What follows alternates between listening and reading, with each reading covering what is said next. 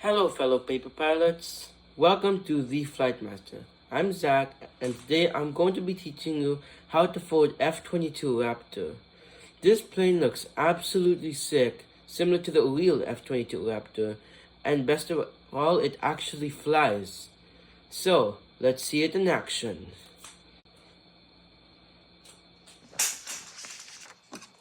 All you need to fold this plane is a single sheet of square paper. Usually I would fold one out of origami paper, specifically 5.9-inch paper, but this time I'm folding it using a trim sheet of 8.5 by 11 to make it easier to see the folds. Now let's start by folding this corner to this corner.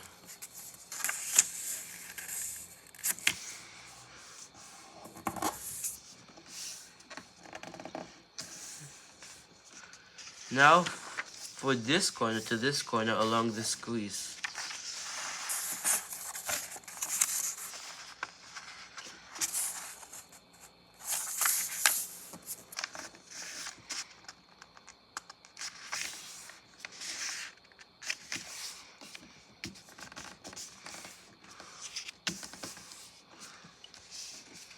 Now fold this part to the center.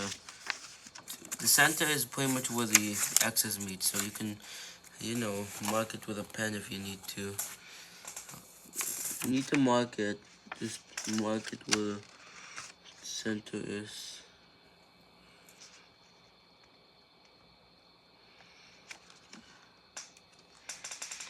And then just fold there if you want to make it easier.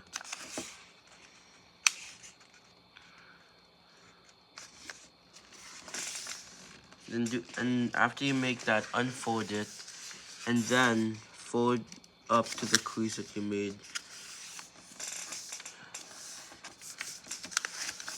Be sure to be accurate because this will be a part of another fold later. And then fold the paper in half like this.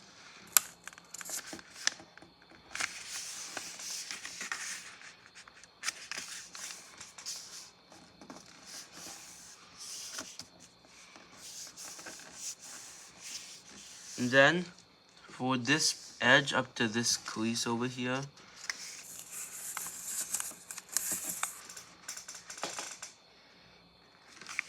And then now, after you crease it, we're going to be doing a squash fold like this. Now, you might notice if you folded Michael LaFoss's F-14 Tomcat before, you might have noticed that this plane is a very similar step process to it.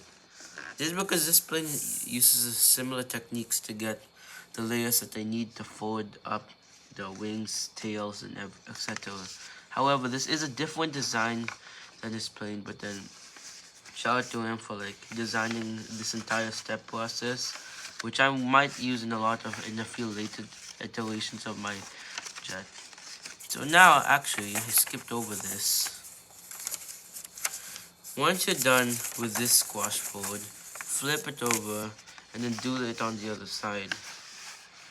Now it's gonna be hard to see the center line, so flip it over and then line it up like this.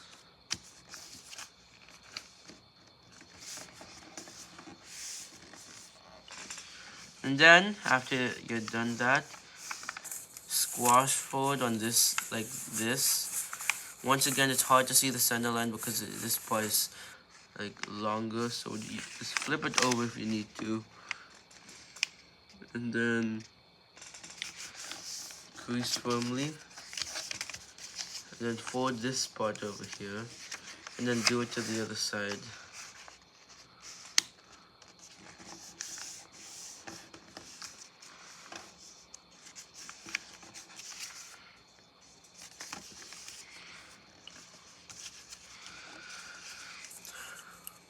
And then flip it over. Actually, don't. Just if you flip it over, you can see and check if it's in the center line, which hopefully should be. If not, just adjust it a little and then push it down.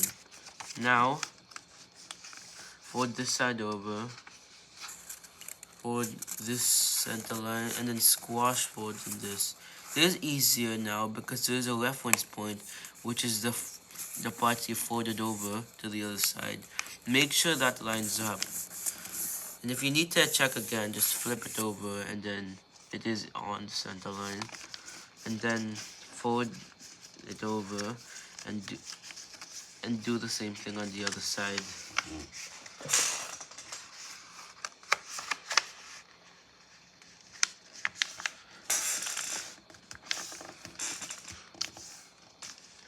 And then fold back so you see this triangular part. Now after that, it's time to make a petal fold. So you do this, fold the edge to this center line, as well as on the other side, you have to do it as well. Fold the top down like this, basically from this point to this point. And then now, fold it like this, up, and then push it down. And fold this here. The reason we fold this here is so we can prepare for the next fold. Basically, we want to reverse this part and put this part into this pocket. So now, there's a hardest step, I believe, or one of the hardest. So we'll flip the plane over, unfold the entire thing, find this crease, fold it, reverse it like this, and then turn it over and fold the entire plane back again. Once again, this is pretty much the exact same step as in the Michael F-Foss's F-14, but this is where the similarities end between the two planes. The wing fold is a little different. Basically, let's start by folding this part to this part to have a reference point for where the wings start. Then fold this part over. We're going to be making this wing.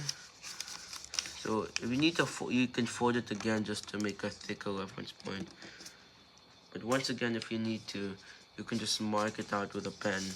But you don't really need to, but it just makes it easier for, especially like those who have the darker environment, if you need it. Basically, 1/4 from this point, as far as it can go to this point. Like this.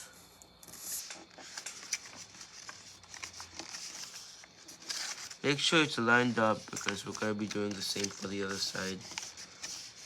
Now this part, you have to make sure see this crease over here? This crease we're going to follow. That's why we made the diagonal creases at the start, you know. At least I think that's where they're from. I don't really know, but then they're like somewhere from there. And then make new fold like this. Basically, just remember, it's from this part to the corner. We're not actually going there. We're just using that as a reference point, which is really similar to the F-14. We're not actually going from that point. And then hold that part down firmly. And then it is a little hard. Flatten this. It's gonna make a new crease like this. It's quite difficult.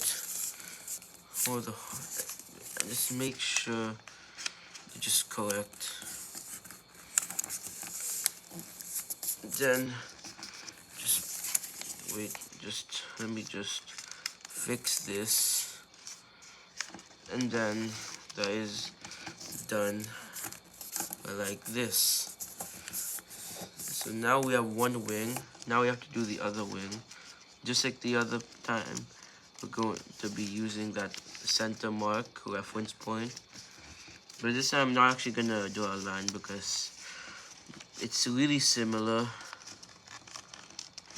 Just fold like this. Just make this fold. And then, instead of using the center mark crease, just make sure it just lands on this corner. So it makes a nice pointy edge. Just nice pointy part of the wing, you know. Then fold this part over, and then like this. Once again, you want to flatten your plane just to make sure they're the same, or at least they're like not bulging out. And after that, you're done with this step. Now, this is another step. If you're using small paper, you can forgo this because it's quite difficult on smaller paper. But forward a crease that goes from here to here. Basically from this point to this point. If you need to use so you can use a ruler, but I prefer to do it by hand. This will stiffen the paper at the front so it can be, fly better. And then do the same on the other side. Now you might notice they're not exactly the same. That is actually okay because this design you can just adjust it after. Once you're done with those, this is gonna be a little tricky. You have to crease this super hard with your fingernail or a bone folder, and then you have to reverse this inside the plane like this. It's a little difficult to shimmy it in like that, but once you're done, you can just push it down, and that's good. That'll make it heavier. You might want to just, oh shoot, you whipped it, but then be careful not to whip it like this. But then if it does whip, you can just add some tape, a little bit of tape on both sides later. And now do it on the other side as well.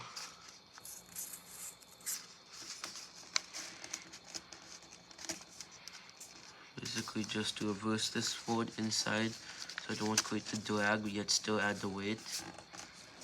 And then forward this point from here to here. It's actually good to have a really tiny inaccuracy to make. Just don't forward it all the way to the corner. Just forward a little bit so we can have a way to lock it a little bit, and then do the same thing on the other side. Now you tuck both of these under these layers, and also this one. And now what we're gonna do is for the tail section. Basically, we get this part, forward it to this, forward it as far as it will go, not to that edge. Basically from this point to that point. And then do the same on the other side. The really tiny overlap will help the paper lock. Make sure it's underneath these triangular things. Now if you're going to do it now, you should just compare it, but I won't. So now fold the plate in half like this.